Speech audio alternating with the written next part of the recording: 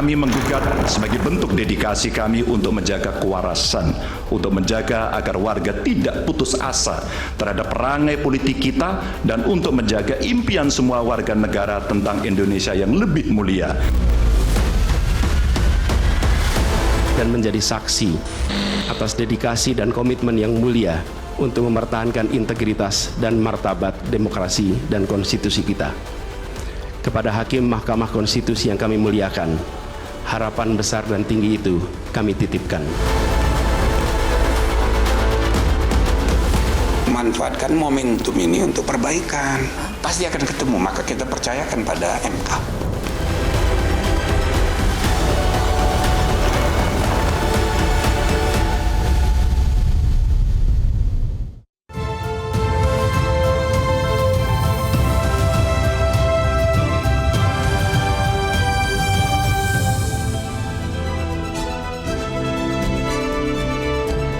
Selamat malam pemirsa. Sidang perselisihan hasil pemilu sudah mulai bergulir di Mahkamah Konstitusi. Paslon Anies Mohaimin dan Ganjar Mahfud beradu strategi hingga ahli untuk membuktikan adanya proses pemilu yang terciderai. Gugatan ini menjadi tonggak penting untuk menyempurnakan proses pemilu ke depan, menegaskan bahwa demokrasi tidak hanya seputar tahapan pemungutan suara saja, tapi juga pengawasan dan penegakan hukum yang ketat terhadap segala pelanggaran. Perbaikan seperti apakah yang harus segera dilakukan untuk memperkuat demokrasi kita? Saya Vera Bahaswan akan mengulasnya bersama para narasumber yang telah hadir di studio, yaitu ada Sekjen Partai Nasdem Hermawi Taslim. Selamat malam, Bang Hermawi. Malam.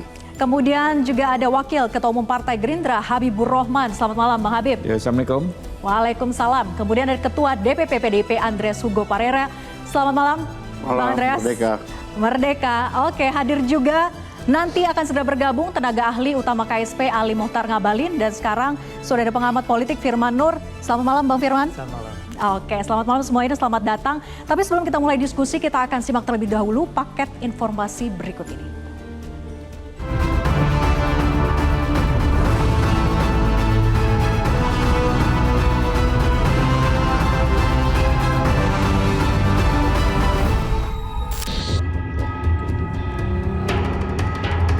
Sidang sengketa atau gugatan Pilpres 2024 menjadi babak baru konstelasi politik tanah air, di mana kegaduhan pasca pemilu kini berpindah ke gedung Mahkamah Konstitusi. Dua kubu yakni Paslon 01 Anies Baswedan Muhaimin Iskandar dan Paslon 03 Ganjar Pranowo Mahfud MD kini harus adu bukti dengan penyelenggara pemilu yakni KPU dan Bawaslu sebagai termohon dan Paslon 02 Prabowo Gibran sebagai pihak terkait dalam sengketa Pilpres 2024. Sebagai pihak pemohon, Anies Baswedan menyatakan gugatan ke Mahkamah Konstitusi ini tidak hanya untuk membuktikan dugaan kecurangan dari Paslon 02 dan dugaan intervensi dari pemerintah, namun gugatan ke MK sebagai wujud nyata dari koreksi terhadap penyelenggaraan pemilu agar hasil pesta demokrasi bisa lebih dipercaya dan baik untuk proses demokrasi ke depan. Ini mau dikoreksi, ini mau diberikan ketegasan sikap sehingga tidak berulang dan pemilu kita menjadi berintegritas, jujur, adil, dan hasilnya menjadi kredibel. Indonesia di persimpangan jalan.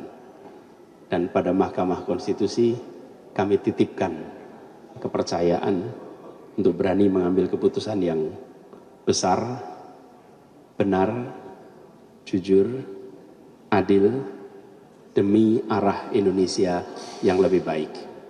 Arah Indonesia yang berintegritas. Tak jauh berbeda, pemohon dari kubu 03 Ganjar Pranowo juga menegaskan proses persidangan di Mahkamah Konstitusi bukan soal menang dan kalah, namun untuk momentum perbaikan pemilu ke depan.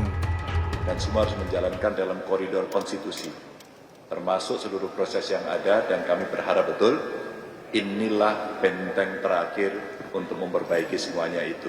Dan tentu saja kami akan menyerahkan sepenuhnya kepada Hakim Konstitusi.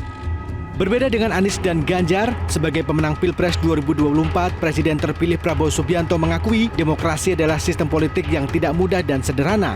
Meski banyak hal yang harus dikoreksi termasuk melelahkan dan mahal, Prabowo menegaskan rakyat Indonesia tetap menghendaki proses pemilu yang menjadi bagian dari demokrasi. Pemilu adalah alat demokrasi.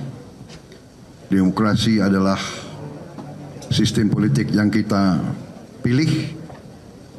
Memang demokrasi itu tidak mudah, demokrasi itu tidak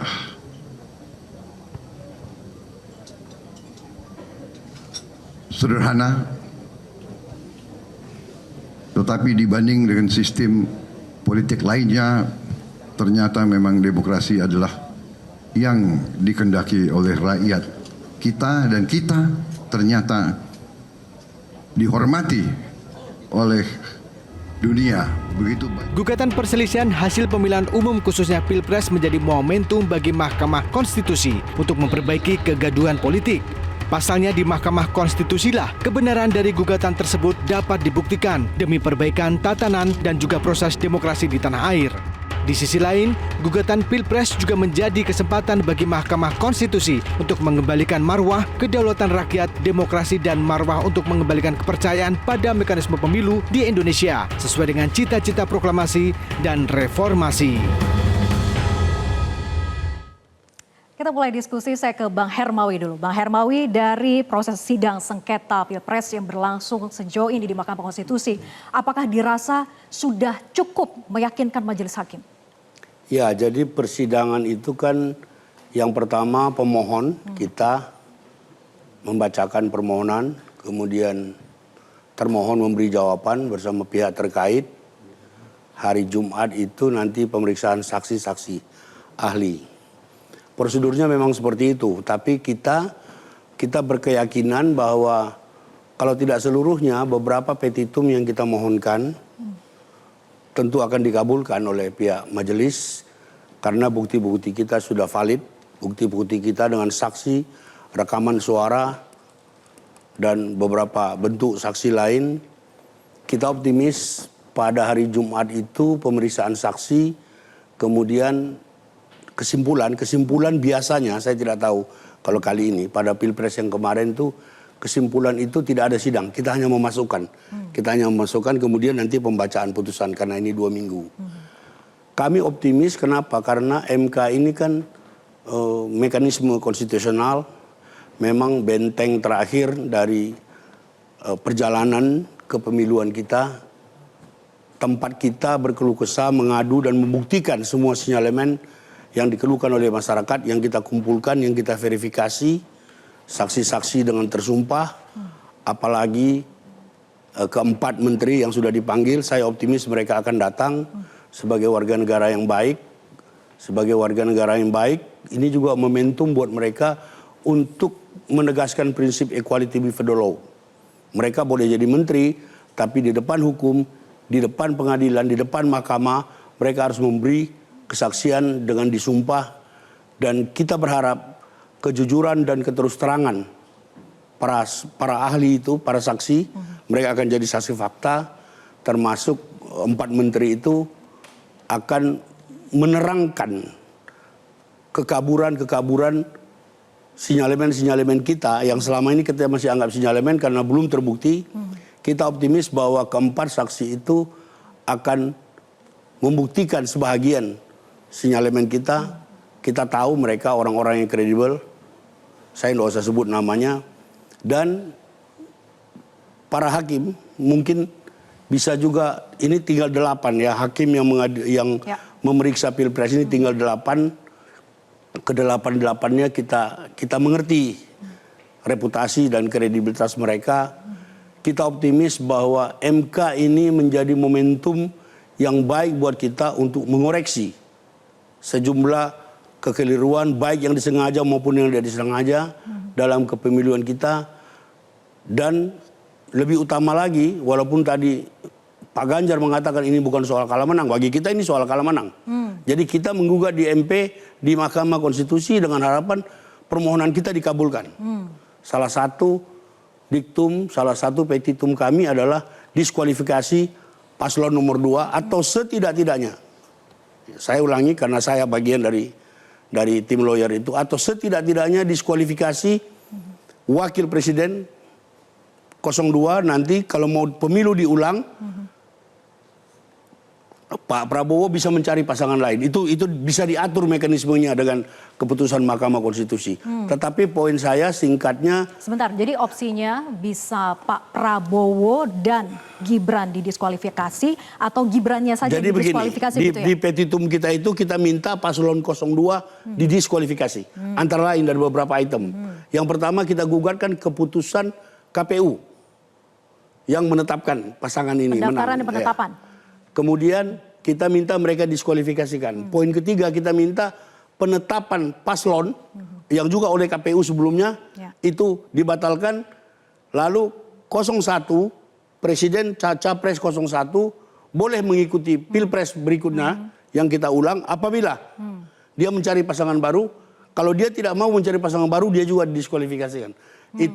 Itu antara lain petitum-petitum yang kita uraikan dalam dan kita akan buktikan itu dalam kesaksian dan dalam kesimpulan kita. Demikian. Oke. Nah kalau Bang Parera bagaimana Bang Andreas, apakah juga sama tadi sampaikan bahwa optimis kalau kubu 01 gitu ya bahwa menghadirkan bukti valid dan bisa meyakinkan majelis hakim, apakah itu juga yang menjadi concern saat ini oleh kubu 03? Ya tentu pengajuan atau gugatan yang dilakukan oleh paslon 03 dengan persiapan. Dan persiapan itu tentu ya menyangkut materi-materi gugatan dan juga saksi yang akan menyampaikan kesaksiannya. Dan saya lihat proses yang terjadi di dalam 2 hari persidangan ini, Hakim Konstitusi cukup memberikan ruang baik bagi para saksi ahli, juga tadi saya lihat bagaimana Patra MCN juga menyampaikan sebagai saksi, dia memberikan kesempatan mereka untuk menyampaikan semua persoalan-persoalan yang selama ini menjadi tuntutan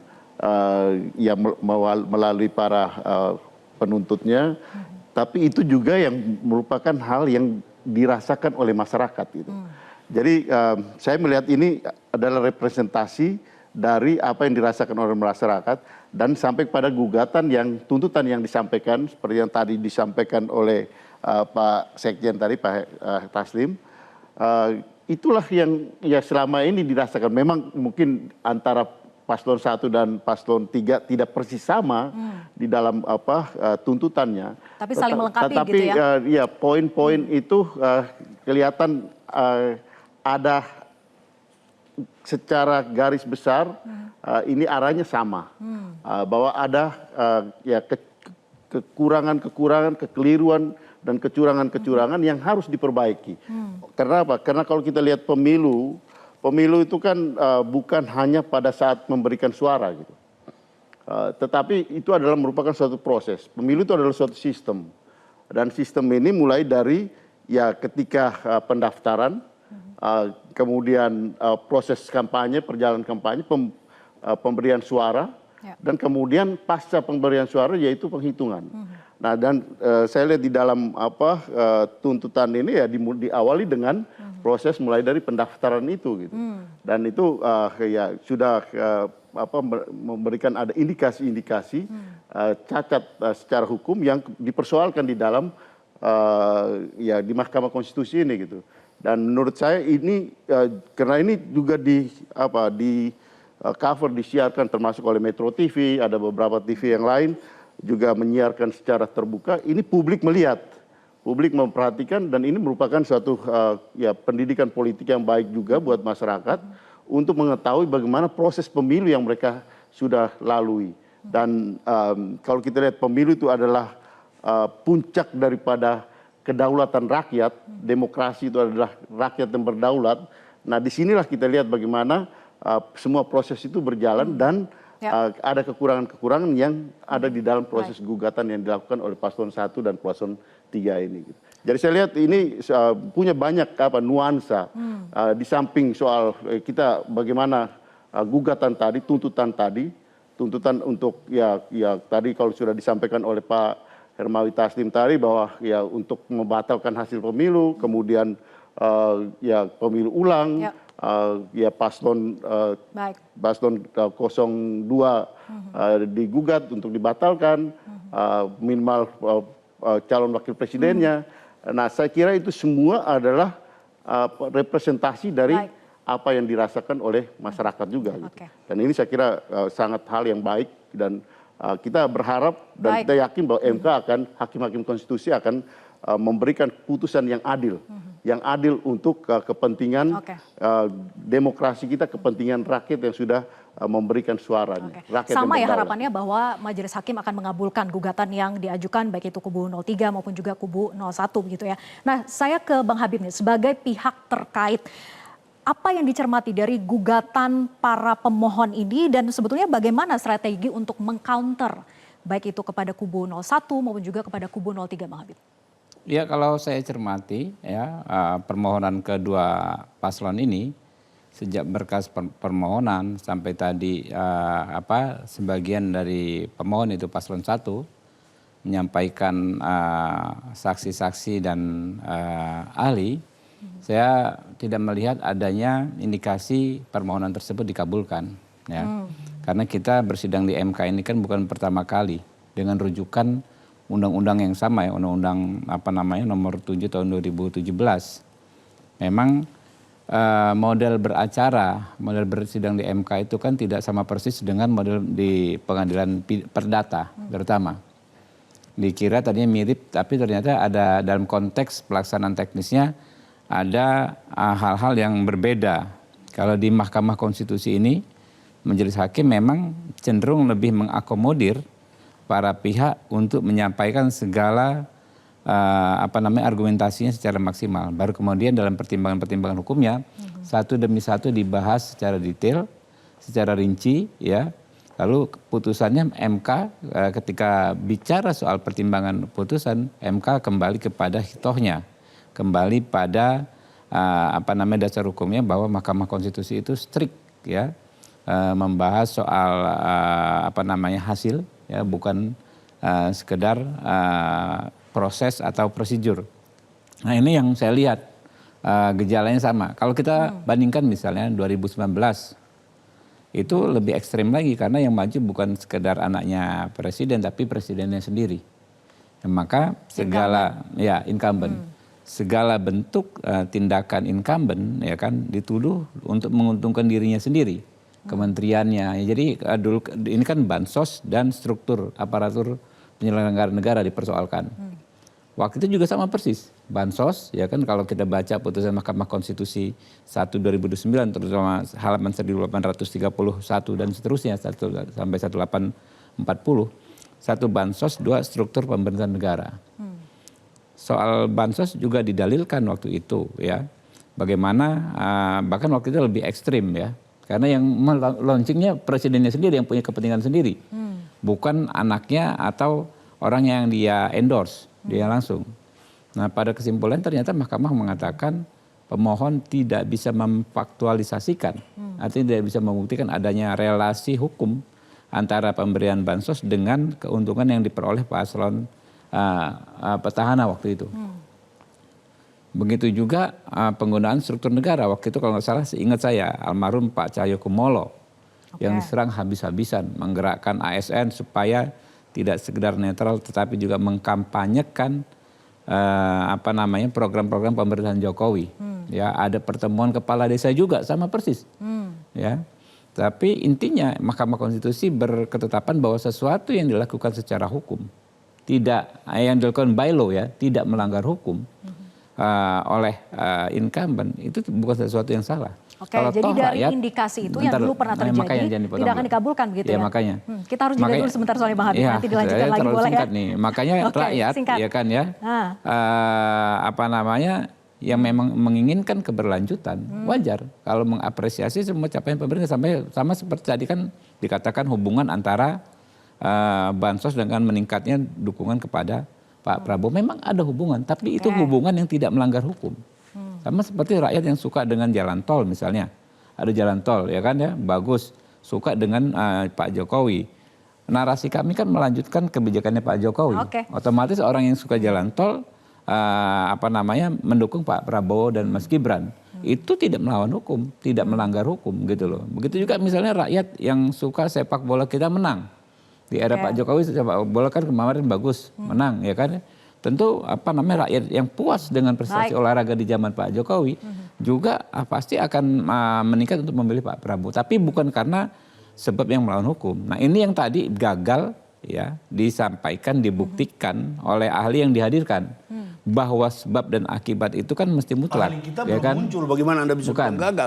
Tadi yang disampaikan tadi ya. Oke. Ya tadi ya. Kita boleh break dulu ya, Bang Habib. Nanti kita akan lanjutkan usai jeda. Sekaligus saya juga akan menanyakan kepada Bang Firman gitu ya, dari perspektif politik, apakah sebetulnya proses gugatan di Mahkamah Konstitusi ini hanya untuk memperoleh kemenangan ataukah justru memperjuangkan kebenaran? Tapi dijawab nanti usai jeda, tetap bersama kami di tadi, Pak. Panggung Demokrasi. Diulang, terus jagoannya kalah, apa minta diulang lagi? Apakah minta diulang sampai menang? Itu. Ya, sekali lagi kalau ada yang kurang berkenan, silakan melalui jalur-jalur yang sudah ada, ya kan sudah ada mekanismenya sendiri-sendiri.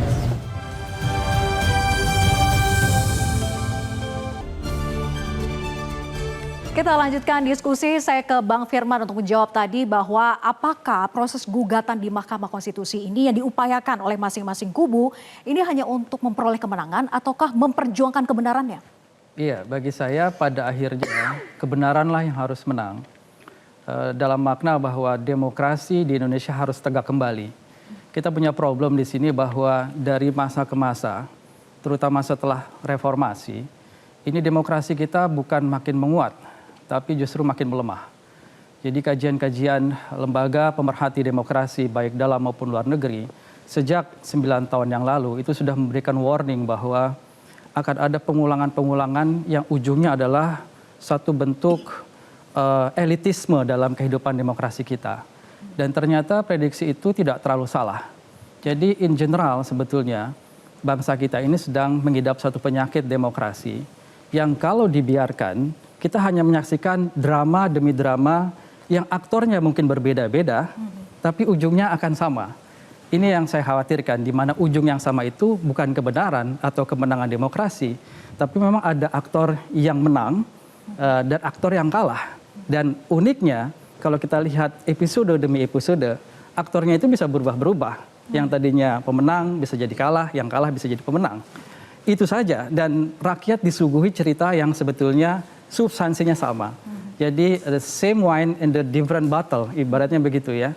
Botolnya berbeda tapi isinya sama. Nah, kalau ini dibiarkan, saya bisa bayangkan bahwa kita akan mendapatkan cerita yang sama lagi di 5 tahun ke depan, 10 tahun ke depan. Nah, kalau cerita itu sekedar sama, mungkin bukan satu problem yang terlalu besar.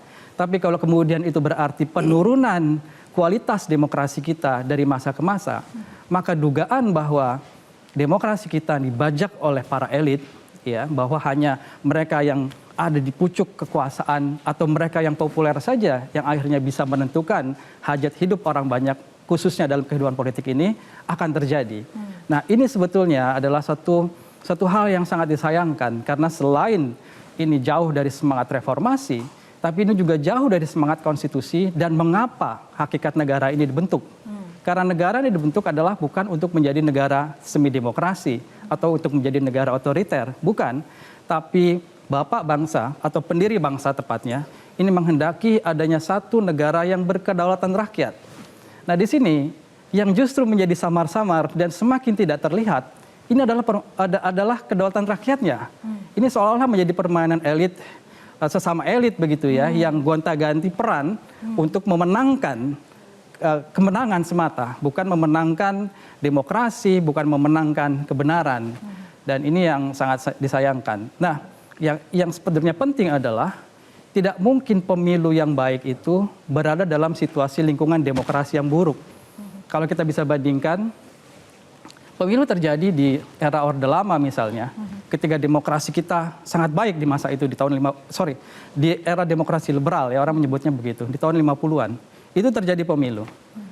Kemudian pemilu juga terjadi di era Orde Baru. Tapi kita sama-sama tahu ya, kualitas pemilu yang mana yang sebetulnya betul-betul merefleksikan demokrasi kita. Oke, jadi Bang Firman, apa yang bisa kita harapkan dari proses gugatan di Mahkamah Konstitusi ini untuk perbaikan ke depan? Baik itu pemilunya maupun secara umum adalah proses demokrasinya. Ya, saya meyakini bahwa pemilu itu ada aktor-aktor penting di dalamnya ya. Sehingga perbaikannya itu harus memperbaiki aktor-aktor itu. Aktor-aktor itu ada penyelenggara dan juga ada aktor pelaku itu sendiri. Nah, saya kira dua pihak ini harus betul-betul memainkan peran sebagai demokrasi warrior ya, para pejuang-pejuang demokrasi, bukan hanya untuk sekedar memenangkan kontestasi. Nah, di sini berarti kita bicara mengenai partai politik. Kita harus ke depannya makin menguatkan partai politik kita di dalam makna makin menjadi tulang punggung bagi demokrasi. Bisa juga sebagai bastion of demokrasi. Sebagaimana yang dipraktikkan oleh partai-partai politik kita terutama di masa demokrasi liberal maupun di awal reformasi yang betul-betul itu merupakan alat atau tools bagi kedaulatan rakyat begitu. Nah, di sini berarti ke depan kita harus memikirkan bagaimana partai politik kita itu setidaknya dua hal. Pertama, dia otonom, dia mandiri. Mandiri dari intervensi negara.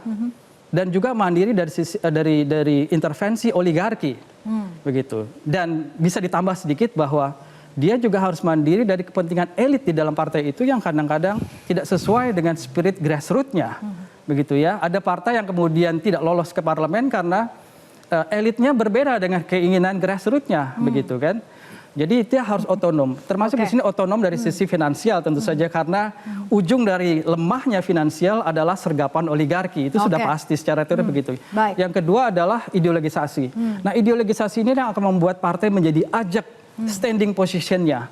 Dia tidak bisa berubah tiba-tiba begitu ya, karena ada satu deal politik dan ini diokekan oleh elit, kemudian berubah yang akhirnya ujungnya malah mengecewakan rakyat, tidak bekerjanya checks and balances dan seterusnya. Baik, saya kira demikian. Bang Andreas bisa menanggapi sambil saya mengundang Bang Ngabalin sudah hadir, silakan. Ya, terima kasih. Terima kasih. Oke, Pak Sekjen. Oke, silakan. Ya. Silakan Bang Andreas untuk menanggapi tadi disampaikan oleh Bang Firman bahwa ini penyakit demokrasi dan masih ada harapankah sebetulnya dengan proses gugatan di MK ini? Ya, saya ingat tahun 2014 ketika Pak Jokowi menang ketika itu sambutan baik di dalam negeri maupun di luar negeri luar biasa gitu. Karena tadi ya seperti Mas Firman sampaikan tadi, di situ orang melihat bahwa ya orang yang ya dari kalangan biasa bisa muncul menjadi seorang pemimpin, menjadi seorang presiden di republik ini gitu. Nah, ini adalah sebenarnya suatu harapan dari demokrasi yang kita ingin bangun melalui suatu proses penyelenggaraan pemilu yang ya baik dan itu yang terjadi gitu. Nah, tetapi hal ini tidak contoh yang baik ini, apa yang sudah baik dilakukan ini tidak diberikan contoh oleh ya sekarang beliau yang ada di dalam kekuasaan itu gitu. Nah, saya kira ini problem yang kemudian menjadi elit dari kekuasaan itu. Nah, sayangnya proses ini yang terjadi sekarang ini justru berawal dari ya bagaimana apa yang di dalam gugatan-gugatan ini kan muara awal atau hilir dari persoalan, hulu daripada persoalan itu ada mulai dari Mahkamah Konstitusi, ada mulai dari semua gugatan itu kan mulai dari adanya anak presiden yang ada di dalam proses kontestasi Pilpres ini. Jadi saya kira dalam proses ini ya ke depan kalau kita bicara soal perbaikan, nah perlu ada perbaikan yang berkaitan dengan inti persoalan, yaitu salah satu persoalan itu nepotisme. Karena nepotisme ini justru menjadi anti terhadap demokrasi itu sendiri gitu. Jadi saya kira masalah nepotisme ini di republik ini menjadi suatu kendala penting, kendala utama di dalam proses kita membangun demokrasi, melanjutkan apa yang disampaikan oleh Mas Firman tadi gitu.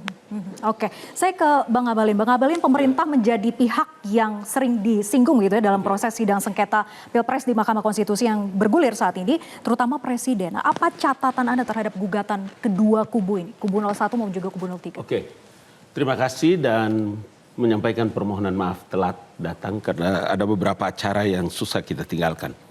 Ada dua hal yang harus dilihat dalam perspektif konstitusi. Kalau gugatan di Mahkamah Konstitusi, Mahkamah Konstitusi itu oleh Undang-Undang Dasar 1945, salah satu dari tugas yang penting itu adalah menyelesaikan sengketa pemilu. Jadi kalau dalam hal ini kemudian pemerintah menjadi kambing hitamnya, itu yang harus dipertanyakan terhadap pemahaman demokrasi. Karena kita tahu bahwa undang-undang itu menjelaskan bahwa penyelenggara pemilu itu dilaksanakan oleh sebuah lembaga negara yang namanya KPU independen. Jadi logika apa yang dipakai? Karena itulah saya bilang kalau gugatan pemilu Pilpres itu kemudian yang dibicarakan bansos, malu-maluin. Begitu tingginya itu Mahkamah Konstitusi dan demokrasi kita yang luar biasa. Tadi disebutkan oleh Dr. Andreas itu, luar biasa kan orang memberikan tanggapan.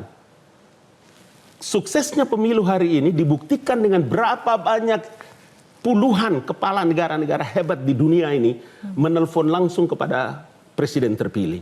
Apa yang mau dibicarakan? Persoalan apa? Kalau sampai hari ini kita masih membicarakan tentang adanya anak presiden kemudian ikut serta dalam kontestasi sebagai wakil presiden. Kemudian itu menjadi nilai nepotisme dan lain-lain. Besok tidak boleh anak Mega menjadi calon presiden. Siapa bilang? Apakah besok anak Gus Dur tidak boleh jadi calon presiden? Apakah besok anak Susilo Bambang Yudhoyono tidak boleh jadi presiden, calon presiden? Ali beda Ali. Ada masalah kalau apa? Anaknya Ibu Mega atau anaknya Gus Dur, dia tidak ada dalam posisi sebagai presiden saat ini. Jadi orang kalau dokter kayak Dr. Andreas berkaitan dengan kekuasaan yang manipulasi kekuasaan yang dimiliki oleh orang yang berkuasa saat itu untuk memberikan kemenangan, memberikan hak privilege khusus pada ya sekarang ya kalau kita lihat yang dicalonkan itu gitu. Apakah proses itu dengan kepresnya? Itu yang kita maksudkan. Apakah proses itu dengan kepres? Atau apakah privilege itu dengan kewenangan presiden? Tidak. Prosesnya proses yang dilakukan di mahkamah, bukan? Itu yang sedang di dalam pembuktian. Justru itu dalam pembuktian sekarang, gugatan sekarang. Kalau gugatan itu dalam rangka memperbaiki sistem pemilu, saya setuju. Ketika Ketua Mahkamah Konstitusi adalah kerabat dekat presiden. Jadi itu yang kita persoalkan. Justru itu yang sedang dalam perbaikan. Historis dua orangnya. Iya makanya. Justru itu sedang dalam gugatan ini. Di mana masalahnya? Tidak ada sengketa proses terhadap apa proses coba persoalannya? Karena pemilu itu bukan hanya soal menghitung. Mereka sudah bukan hanya soal menghitung kanun, tapi bagaimana suatu proses itu berjalan. Semua orang di Republik ini tahu nanti setelah 1-3 kala baru kalian bicara tentang gugatan prasyaratan dan lain-lain. Itu logika apa dipakai itu? Menggugat SKKPU, proses demokrasi apa itu? Tidak dilakukan berarti kalian menerima gitu loh. Makanya kalau jadi sekarang bukan hanya soal kuantitatifnya saja. Baik. Nanti saya juga ingin tanyakan ke Bang Abalin begitu ya, bahwa sekarang ini Mahkamah Konstitusi sudah memanggil keempat menteri untuk nanti hadir pada sidang sengketa Pilpres pada hari Jumat. Tapi dijawab nanti usai jeda. Apakah itu sebagai sebuah upaya agar pemerintah bisa membuktikan bahwa tidak ada keterlibatan gitu ya atas tudingan-tudingan yang sejauh ini sudah disampaikan? Dijawab nanti usai jeda. Tetap bersama kami di Panggung Demokrasi.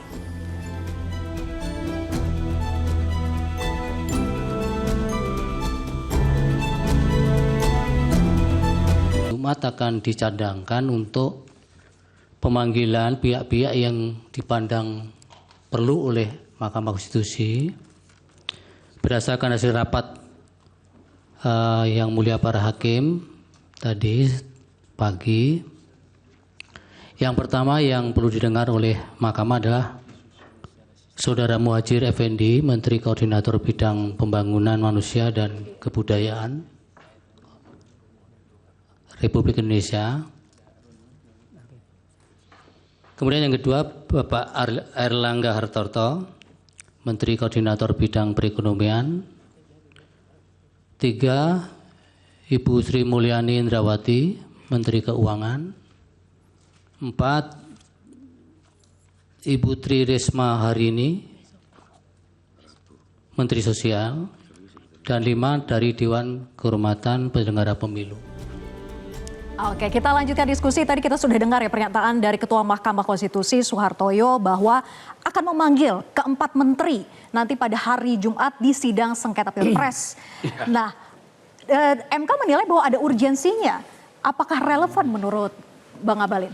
Yang pasti sampai hari ini menterinya nggak tahu apa relevansi dan substansinya. Metro TV dan kami semua yang ada di sini juga tidak tahu. Saya tadi sampai jam 4.10 cek surat dari Mahkamah Konstitusi, apa mungkin memang sudah sampai atau belum. Tadi saya dari kantor, dari Istana Kepresidenan. Saya juga belum baca dan lihat karena saya mungkin langsung ke menteri masing-masing. Karena dia harus mendapatkan izin presiden. Presiden harus mengizinkan. Dan itu karena untuk dan atas nama negara dan untuk atas nama konstitusi, pasti presiden mengizinkan. Tapi penting bagi kita dalam diskusi malam ini karena kita harus tahu substansinya apa. Karena sengketa pemilu urusannya dengan pemanggilan menteri. Apa maksudnya? Agar rakyat Indonesia juga itu diberikan edukasi. Iya kan? Sehingga nanti ditahu kok penyelenggara sengketa pemilu menterinya dipanggil. Ujung-ujung dari apa yang disampaikan itu adalah terkait dengan ingin mendapatkan informasi secara komprehensif tentang bansos. How? Apa urusannya bansos dengan sengketa pemilu di Tapi bukankah tudingan itu memang harus dijawab sehingga menterinya harus dihadirkan agar bisa menjawab itu semua, publik paham. Kalau kita lihat tahun 2019 MK mestinya dalam posisi ini ngerti dan tahu tentang di mana alur penyelesaian perkara sengketa pemilu itu sehingga MK punya pendirian. Sudah ada pada tahun 2019 seperti itu. Tapi saya tidak tahu untuk kali ini. Tapi nanti kita lihat pada hari Jumat. Dengan begitu maka saya sekali lagi ingin menyampaikan bahwa jangan sampai proses persidangan ini menjatuhkan harkat dan martabat Mahkamah Konstitusi yang sudah hebat itu. Itu Mbak Vera. Oke, jadi justru dianggap tidak relevan menghadirkan keempat menteri itu. Apa relevansinya? Apa relevansinya? Tapi itu kan yang diinginkan oleh Mahkamah. Dan kalau Mahkamah memanggil, saya hakul yakin pasti datang. Tetapi biar rakyat tahu apa urusannya dengan menteri itu dipanggil ke Mahkamah. Oke, hakul yakin pasti datang tapi tidak relevan. Begitu Pak Sekjen. Begini, kehadiran setiap warga negara dalam kesaksian di pengadilan manapun, termasuk Mahkamah Konstitusi, itu bagian dari penegakan prinsip equality before the law. Di depan hukum, di depan pengadilan tidak ada pangkat. Semua warga negara Indonesia. Itu diatur dalam Undang-Undang 45. Relevansinya apa? Nanti kita akan lihat. Kita sesuaikan, kita cocokkan dengan permohonan 01 terutama dari kami 118 halaman. Di situ kami mengkonstatir ada keterlibatan sejumlah menteri yang termasuk yang disebut itu. Sebenarnya bukan cuma itu. Bukan cuma itu. Ini kan dengan kasat mata kita lihat bagaimana orang-orang yang harusnya menjunjung tinggi etika dengan kasat mata melanggar etika, bagaimana orang-orang yang harusnya menjaga netralitas, bagaimana orang menteri-menteri yang harusnya menjaga tupoksinya, dia tidak berdaya apa-apa. Mengapa dia tidak berdaya? Nanti kita akan lihat. Jadi prinsipnya setiap warga negara bersamaan kedudukannya di depan hukum. Itu prinsip yang ingin ditegakkan oleh MK. Jadi kita semua harus mendukung.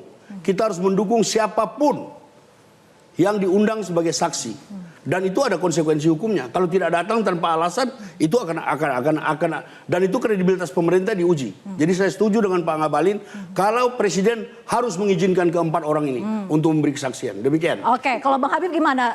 Menganggap itu relevan atau tidak? Dan apakah justru ini adalah momentum yang bagus sebetulnya supaya pemerintah tidak dituding-tuding terus? Justru yang terakhir Vera sampaikan menurut saya itulah poinnya ya. Kita berkepentingan untuk melihat dengan terang, dengan jelas ya apa yang dituduhkan bahwa tidak seperti itu ya.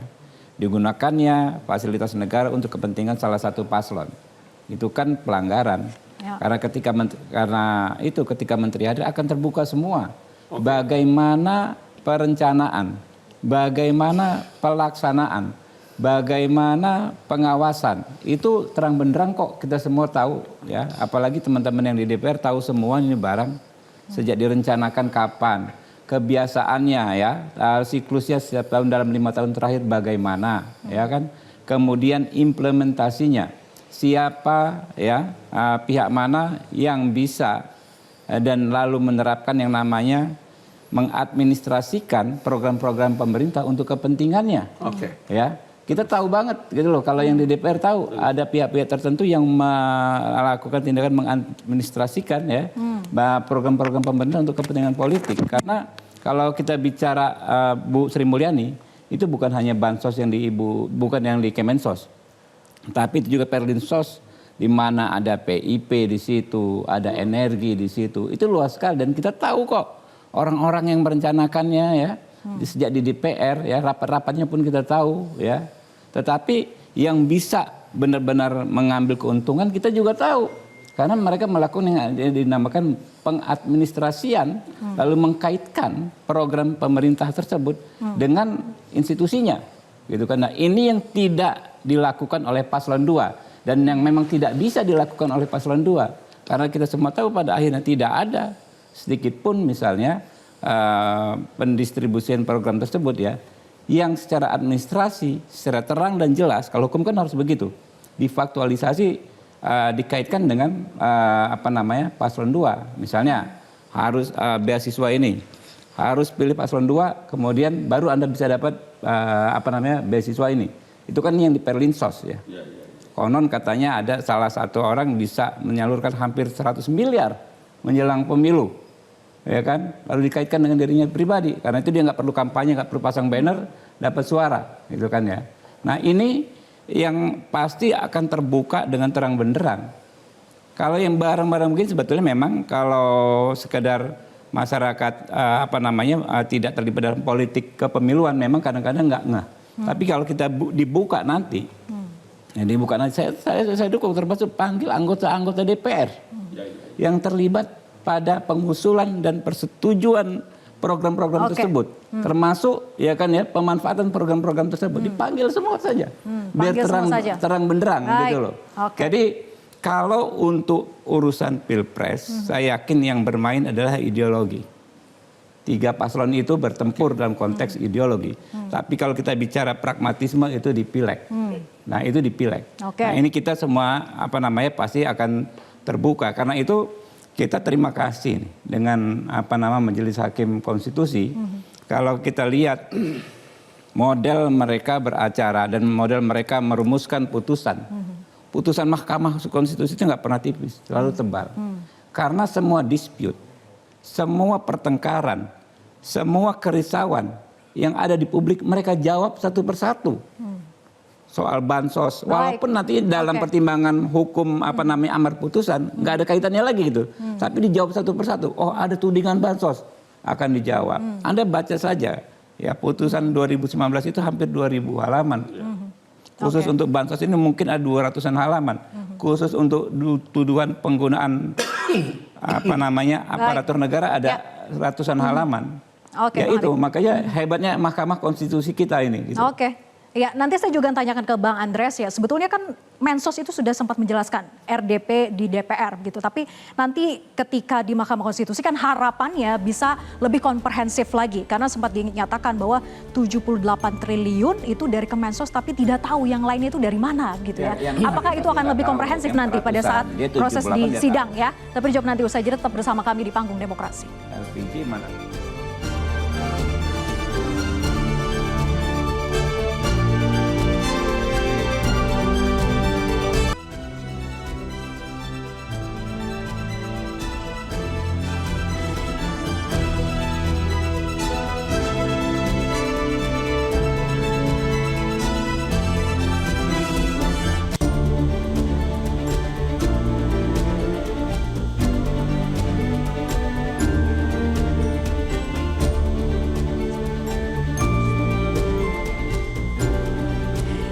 Kembali di Panggung Demokrasi, kita hanya tersisa 7 menit begitu ya di segmen terakhir ini. Jadi singkat-singkat saja Bang Andreas tadi untuk menjawab pertanyaan yang tadi disampaikan oleh Bang Habib begitu ya.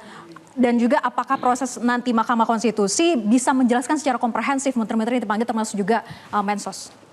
Ya, yang pertama bahwa Mahkamah Konstitusi memanggil para menteri itu sudah pada tempatnya.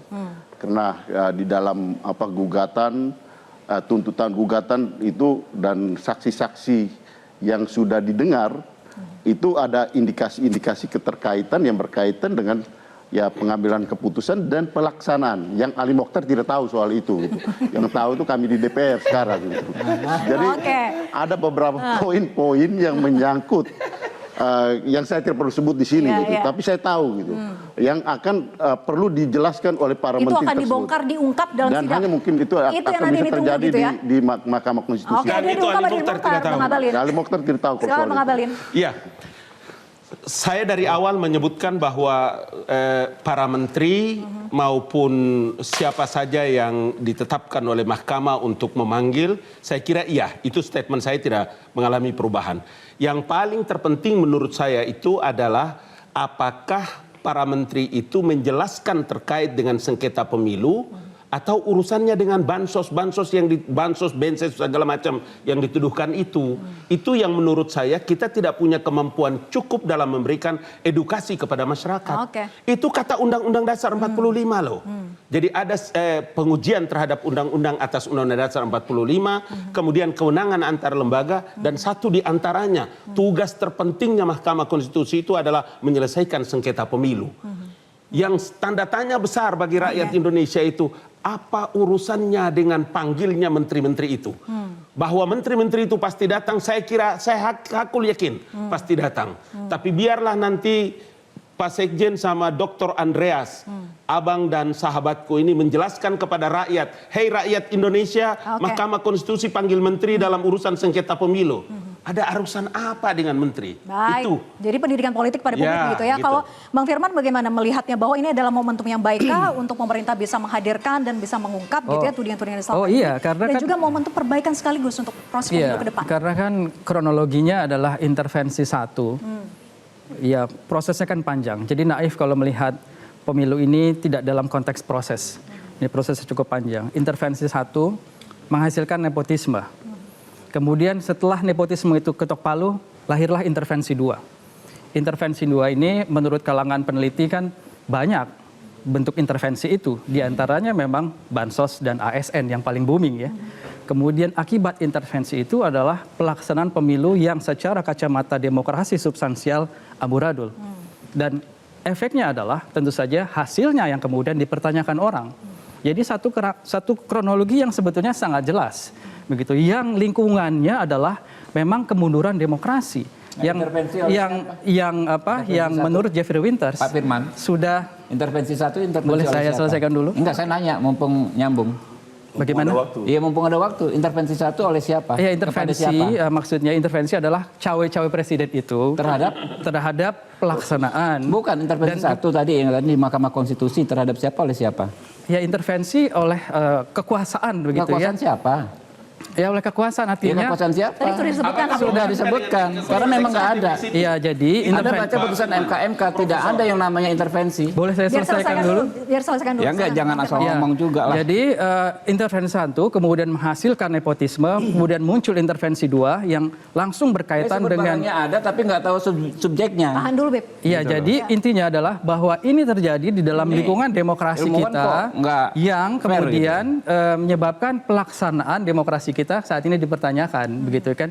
Nah, terkait dengan intervensi dua yang kemudian terkait dengan bansos dan juga ASN, ini sangat wajar kalau kemudian hal-hal yang terkait dengan itu termasuk warga negara yang berstatus sebagai menteri itu dilibatkan untuk memberikan pembuktian bahwa memang ada bentuk intervensi itu, dalam hal ini adalah bansos tadi, untuk dibuktikan apakah ini memang salah atau benar, begitu kan. Ini kan satu pembuktian yang wajar. Ya, ujungnya diharapkan ini merupakan lesson learn. Kesemuanya ini merupakan bentuk lesson learn. Pelajaran bagi semua yang kemudian kita bisa belajar di situ. Ditanya siapa yang intervensi, Anda nggak berani jawab. Baik, siapa? Bang Habib, silakan. Gitu loh. Ya, tentu saja kalau kalau siapa Anda jawab saja, Anda tuduh saja kekuasaan. Siapa. Ini kan kekuasaan bahwa memang ada siapa dong? Itu kan masih sumir gitu loh. Ya, pemanfaatan dinasti nepotisme tadi itu semua orang sudah tahu, Anda begitu kan. Intervensi satu. Jadi nepotisme di Mahkamah Konstitusi. Anda baca putusan Mahkamah Konstitusi tidak? Saya menggunakan bahasa istilah cawe-cawe yang kalau di dalam bahasa akademisnya adalah intervensi. Cawe-cawe itu adalah intervensi. Tidak ada intervensi. Oleh cawe-cawe siapa? itu intervensi. Kepada siapa tidak ada kok. Loh, kan Anda baca enggak? Kan makanya jawab dulu pertanyaan Pak Jokowi saya. sendiri yang sudah mengatakan bahwa tidak ada gitu. Oke, gantian. Pemanggilan setiap warga negara oleh majelis itu pasti ada urgensinya. Pak Ngabalin kalau mau tahu apa relevansi pemanggilan 4 menteri itu, mesti baca permohonan kami. Kalau nggak nanti saya kirim. Oke. Baru tahu bahwa ada relevansinya. Jadi biarkan saja pengadilan ini berjalan seperti tadi kata Pak Habib. Ini juga bagian dari upaya mungkin bisa memulihkan juga kredibilitas pemerintah yang sekarang kan babak belur karena hampir semua orang mengatakan ini pemilu yang paling brutal. Kalau dulu pemilu 5 tahun yang lalu kita sama-sama ikut, orang money politik, amplop dan kartu namanya dipisah. Kenapa? Dia takut ketangkap Bawaslu. Sekarang Bawaslu yang berdiri. Bawaslu yang berdiri yang menawar-nawarkan. Oknum ya, tetapi itu banyak. Jadi poin saya memang pemilu ini yang paling rendah kualitasnya. Baik. Paling amburadul. 1 menit terakhir, Bang Habib silakan. Ya wajar pihak yang kalah bicara seperti itu. Tapi secara objektif ya kita tentu prihatin 2019 ada sekian banyak warga meninggal dunia. Ya. Tapi kita mengatakan yang sekarang lebih baik daripada lebih buruk daripada 2019. Ya masing-masing kita punya argumentasi. Punya penilaian. Kita bisa menjelaskan itu semua. Iya, jadi gini. Persoalan yang sudah kadaluarsa, persoalan yang sudah pernah dibahas lalu dihidupkan kembali itu namanya ahistoris. Termasuk soal pencawapresan Gibran. Semua pihak yang berkeberatan dengan terbitnya SK KPU pengesahan Gibran memiliki hak untuk mengajukan yang namanya sengketa proses. Alih-alih itu dilakukan yang namanya sengketa proses di buku keempat Undang-Undang Pemilu, mereka justru ikut berproses bersama Gibran, ikut debat, ikut pengambilan nomor urut, berbagai tahapan yang merupakan pengakuan dengan terang benderang terhadap entitas Gibran sebagai calon wakil presiden. Nah, jadi masyarakat tentu bisa menilai. Lalu soal kehadiran menteri besok di Mahkamah Konstitusi, kami senang sekali. Justru akan dibuka lebar-lebar. Akan dibuka momentum yang tidak baik ya, Bang benarnya Habib. tuduhan pemanfaatan bansos dan struktur kekuasaan untuk kepentingan. Agar tudingan itu bisa dibuktikan, kredibilitas pemerintah juga bisa baik kembali begitu ya, Bang Hermawi. Kita nantikan bersama bagaimana pemanggilan nanti pada hari Jumat di sidang sengketa Pilpres. Bukti apa yang Baik. Terima kasih kepada semua narasumber. Kita tepuk tangan dulu. Terima kasih atas diskusinya dan pemirsa demikianlah Panggung Demokrasi saya Vera Basah. Terima kasih atas atensi Anda. Sampai jumpa. Jelajahi cara baru mendapatkan informasi. Download Metro TV Extend sekarang.